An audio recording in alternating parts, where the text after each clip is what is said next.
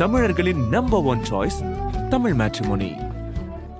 அடகில் இருக்கும் தங்க நகைகளை மீட்டு 10 நிமிடங்களில் பிரைம் கோல்ட் ஹப் மூலம் அதிக விலைக்கு விற்க 7997990028 தொடர்பு கொள்ளவும்.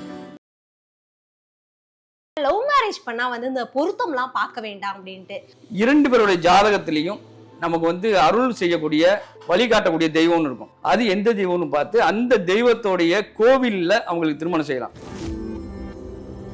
மேரேஜ் தேதியும் அந்த நேரமும் சரியாக அமைஞ்சா ஜாதக ரீதியா எவ்வளவு பெரிய தோஷம் இருந்தாலும் அந்த தோஷமெல்லாம் விலகி 9 பொருத்தங்கள் இருக்குன்னா சொல்லுவாங்க. ஆனா அந்த ஜோடிகளுமே பிரிஞ்ச விஷயங்கள் எல்லாம் நம்ம கேள்விப்படுறோம்ல சார். ஜாதக ரீதியாக ஒரு வசியம் இருக்குதான்னு பார்க்கணும். இந்த வசியம் இருந்தது அப்படின்னா எப்படி லைஃப் இருக்கும் அப்படின்னா, இந்த பேரு கொண்டவங்க இந்த ராசியில பிறந்தவங்க உங்களை புரிஞ்சு நடக்கிறதுக்கு வாய்ப்பு இருக்குது. நல்ல அந்யோன்யத்தை ஏற்படுத்தும். ஜாதகத்துல நமக்கு ஒரு தசாபுத்தின்னு ஒன்று நடக்கும். அதுதான் பல மாற்றங்கள் செய்யும். நல்ல தசாபுத்தி நடக்கிற காலங்கள்ல எல்லாமே நல்ல விதமா நடக்கும். தசாபுத்தி சரியில்லைன்னா நல்ல உண்மையான அன்பு உடையவங்க கூட புரிஞ்சுக்காம பிரிஞ்சு போறக்கூடிய ஒரு அமைப்பையும். ஆதன் ஆன்மீகம் நேயர்களுக்கு ஷாம்லாவின் அன்பு கலந்த வணக்கங்கள். முக்கிய தகவல்களை குறுஞ்செய்தி வாயிலாக தெரிந்து கொள்ள ஆதன் செயலியை டவுன்லோட் பண்ணுங்க. அதற்கான லிங்க் இந்த வீடியோக்கு கீழே டிஸ்கிரிப்ஷன்ல இருக்கு. நம்ம ஆதன் ஆன்மீகத்துல ஆன்மீகம் சம்பந்தப்பட்ட பல கேள்விகளுக்குமே தினந்தோறும் ஒவ்வொரு வகைகள்ல பதில்களை பார்த்துக்கிச்சுக்கோம். அந்த வகையில இன்னைக்கு நம்மோடு ஜோதிடர் வெற்றி பிரபாகரன் அவர்கள் தான் இணைஞ்சிருக்கிறாரு. இவர்கிட்ட நிறைய விஷயங்கள் கேட்டு தெரிஞ்சுக்க போறோம். வணக்கம் சார். வணக்கம் மேடம். எப்படி இருக்கீங்க? நல்லா இருக்கு மேடம். இப்போ எல்லாருடைய கனவு அப்படின்னு சொல்றதையும் தாண்டி எல்லாருடைய வாழ்க்கையிலும் இருக்கக்கூடிய ஒரு கனவு அப்படின்னா கட்டாயம் திருமணம் அப்படின்னு சொல்லலாம். நிறைய பேர் சொல்லுவாங்க லவ் மேரேஜ் பண்ணா இந்த பொருத்தம்லாம் பார்க்க வேண்டாம் அப்படின்ட்டு. அது எந்த அளவுக்கு உண்மை சார்? இரு மனம் சேர்ந்தது தான் திருமணம்னு சொல்லுவாங்க. இது இரண்டு மனங்களை இணைக்கிறது மட்டும் கிடையாது, இரண்டு குடும்பங்களை இணைக்கிற ஒரு வைபோகம். அது மட்டும் கிடையாது, வெவ்வேறு சூழ்நிலையில வாழ்ந்த இருவரை சேர்க்கிற ஒரு அருமையான ஒரு பந்தம். அதனால இது சாதாரண விஷயம் கிடையாது. இது அதனாலதான் 1000 காலத்து பயிர் அப்படின்னு சொல்லி வச்சிருக்காங்க. இதுல காதல் திருமணத்திற்கு பொருத்தம் பார்க்கணுமா அவசியமா அப்படிங்கிறது தான். அந்த காலத்துல முன்னோர்கள் என்ன சொல்லியிருக்காங்க அப்படின்னா, அதாவது இன்னாருக்கு இன்னார் அப்படின்னு சொல்லி முடிவு பண்ணுவாங்க. சின்ன வயசுலயே இவங்க கல்யாணம் பண்ணணும், என் பொண்ணை உங்களுக்கு கொடுக்கணும், உங்க பையன் எனக்கு கொடுக்கணும் அப்படின்னு சொல்லி அது சின்ன வயசுலயே முடிவு பண்ணிடுவாங்க. இவங்களுக்கு இவங்க அப்படின்னு சொல்லி முடிவு பண்ணிடுவாங்க. அது போல ஒரு திருமணத்திற்கு பொருத்தம் பார்க்க கூடாது. அது போல காந்தர்வ திருமணத்துக்கு பொருத்தம் பார்க்க கூடாதுன்னு சொல்லியிருக்காங்க. காந்தர்வ திருமணம் அப்படின்னா என்ன அப்படின்னா காதல் திருமணம். காதல் திருமணத்துக்கு பொருத்தம் பார்க்க கூடாது. அப்போ சந்தர்ப்ப சூழ்நிலையில நடக்கிற திருமணத்துக்கு பொருத்தம் பார்க்க கூடாது. பெரியவங்களா நிச்சயம் பண்றாங்க, ஒரு விஷயத்தை முடிவு பண்றாங்கன்னா அதுக்கும் பொருத்தம் பார்க்க கூடாது. இதுக்கெல்லாம் பொருத்தம் பார்க்க கூடாதுன்னு நம்ம முன்னோர்கள் சொல்லி வச்சிருக்காங்க. அப்ப சேர்த்து வைக்கிறதுக்கு என்ன பண்ணலாம் அப்படின்னு பார்க்கலாம். இப்போ சிலர் என்கிட்ட கேட்குற கொஸ்டின் அப்படின்னா, சார் லவ் பண்ணோம், வீட்டில் பொருத்தம் பார்த்துட்டாங்க, ஜாதகம் பார்த்துட்டாங்க, ஜோதிடர் ஒருத்தர் ஆகாது பண்ணக்கூடாது அப்படின்னு சொல்லிட்டாங்க. சிலருக்கு பொண்ணு வீட்டில் போய் பார்ப்பாங்க, பையன் ஆகாதுன்னு சொல்லுவாங்க, பையன் வீட்டில் பார்ப்பாங்க, பொண்ணு ஆகாதுன்னு சொல்லுவாங்க. இதேமாரி சொல்லிட்டாங்க, என்ன சார் பண்ணலாம்? ஆனால் நாங்கள் பிடிவாதமாக இருக்கோம், நாங்கள் பண்ண வேண்டிய கட்டாயத்தில் இருக்கோம். அதுமாதிரி எங்கள் குடும்பத்துக்கும் ஓகே தான், ஆனால் ஜோதிடத்தில் ஜாதகம் ஆகாதுன்னு சொல்லிட்டாங்க, என்ன சார் பண்ணலாம் அப்படின்னா, ஜோதிடம் ஒரு வழிகாட்டக்கூடிய கிரகம் தான், பிரித்து வைக்கிறது கிடையாது. சரி, அதுக்கு என்ன ஆல்டர்னேட்டிவாக பண்ணலாம் அப்படின்னு யோசித்தோம் அப்படின்னா, இரண்டு பேருடைய ஜாதகத்திலையும் நமக்கு அருள் செய்யக்கூடிய வழிகாட்டக்கூடிய தெய்வம்னு இருக்கும். அது எந்த தெய்வம்னு பார்த்து அந்த தெய்வத்தோடைய கோவில்ல அவங்களுக்கு திருமணம் செய்யலாம். பொதுவாக கோவில்ல திருமணம் செய்யறதே தோஷங்கள் எதுவாக இருந்தாலும் அந்த தோஷம் விலகும் அப்படிங்கிறது தான் கோவில்ல பெரும்பாலும் அந்த காலத்துல திருமணம் செஞ்சிருக்காங்க. ஒண்ணு. ரெண்டு அதாவது மேரேஜ் டேட்டுன்னு சொல்லுவாங்கல்ல, மேரேஜ் தேதி சரியா அமையணும். மேரேஜ் தேதியும் அந்த நேரமும் சரியாக அமைஞ்சா ஜாதக ரீதியா எவ்வளவு பெரிய தோஷம் இருந்தாலும் அந்த தோஷமெல்லாம் விலகி அவங்க வாழ்க்கையில சந்தோஷமா வாழ்றதுக்கு அந்த வழிகாட்டுதான் இருக்கும். உதாரணத்துக்கு ஒருத்தவங்க தஞ்சாவூர்ல பிறந்திருக்கலாம், அவங்களுக்கு அவங்க ஜாதகத்துல மதுரை மீனாட்சி அம்மன் கோயில்ல கல்யாணம் பண்ணா நல்லதுன்னு இருக்கும். அது போல தேர்ந்தெடுத்து பண்ணாங்க அப்படின்னா எந்த தோஷமாக இருந்தாலும் விலகி மகிழ்ச்சியை ஏற்படுத்தக்கூடிய ஒரு வாய்ப்பு ஜோதிடத்துல உண்டு. இப்போ நீங்க சொல்லியிருந்தீங்க இந்த மாதிரி லவ் மேரேஜ் பண்ணாங்கன்னா அவங்க மோஸ்ட்லி ஜாதகம் பார்த்து கல்யாணம் பண்ண வேணாம் அப்படின்னு. ஆனா நிறைய பேர் இந்த மாதிரி ஜாதகம் பார்ப்பாங்க, ரொம்ப நல்ல பொருத்தமும் இருக்கும், பொருத்தம் இல்லாமலும் இருக்கிறவங்க கல்யாணம் பண்ணி நல்லா வாழ்றாங்க. ஆனா இதே மாதிரி அரேஞ்ச் மேரேஜ் அப்படின்னா கட்டாயம் ஜாதகம் பார்த்து தான் கல்யாணம் பண்ணுவாங்க.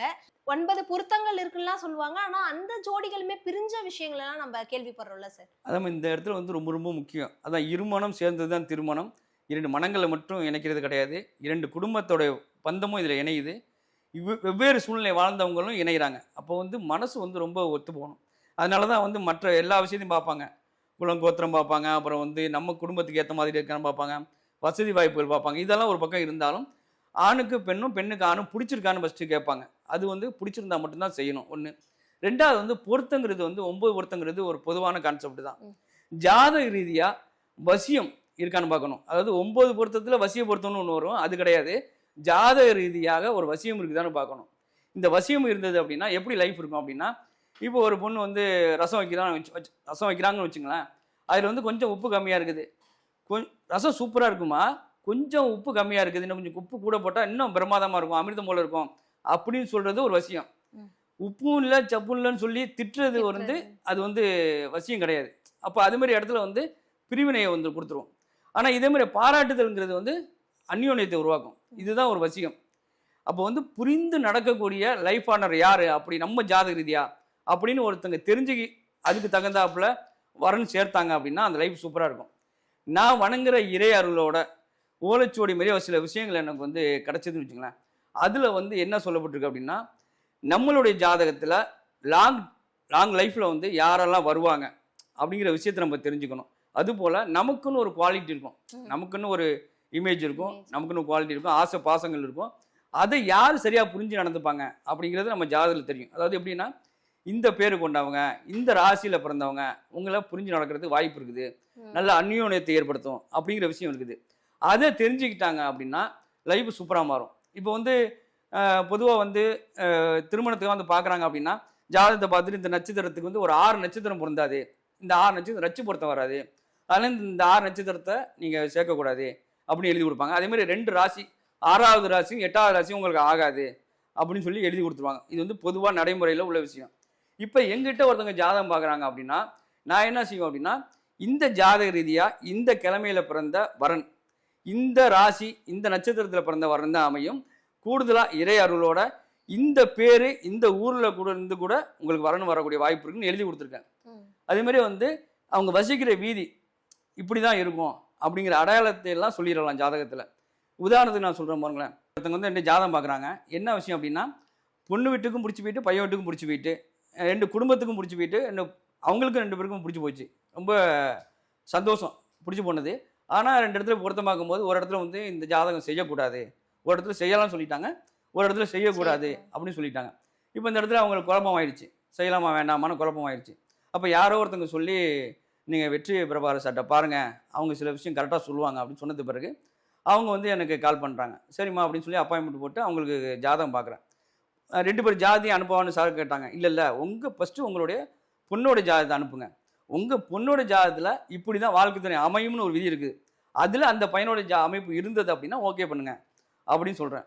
அதேமாதிரி அனுப்புகிறாங்க. நான் ஜாதகத்தை பார்த்துட்டு இந்த ஜாதகத்துப்படி 2வதாக பிறந்த பையன், அவங்க குடும்பத்தில் 2வதாக பிறந்த பையன் தான் வாழ்க்கை துணையாக வருவாங்க.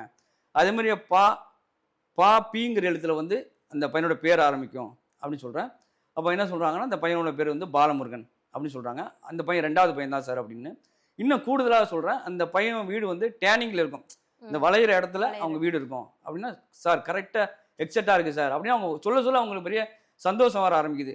அதுவும் கூடுதலாக என்னென்னு சொல்கிறேன்னா, இந்த திருமணத்தில் வந்து லதா உமாங்கிற பேர் சம்மந்தப்படும் அப்படின்னு சொல்கிறேன். அவங்க அடுத்த வார்த்தை என்ன சொல்கிறாங்கன்னா, சார் அந்த பையனுடைய அம்மா பேர் தான் சார் உமா, அவங்க தான் சார் ஒத்த காலில் நிற்கிறாங்க, பண்ணியே ஆகணும், என்ன பிரச்சனை உங்களுக்கு, எல்லாம் தான் ஓகேவே, அப்போ ஏன் தயங்குறீங்க அப்படின்னு சொல்லி கேட்டுகிட்டே இருக்காங்க. நான் என்ன சொல்கிறேன்னு தெரியல, ஏன்னா எல்லாருக்கும் ஓகே சார், ஒருத்தர் வந்து பொருத்தம் இல்லை பண்ண வேண்டாம்னு சொல்லிட்டாரு, அதுதான் சார் எங்களுக்கு இப்போ மனக்குழப்பத்துக்கு காரணம் அப்படின்னு சொல்லும்போது அவங்க பெரிய சந்தோஷம்.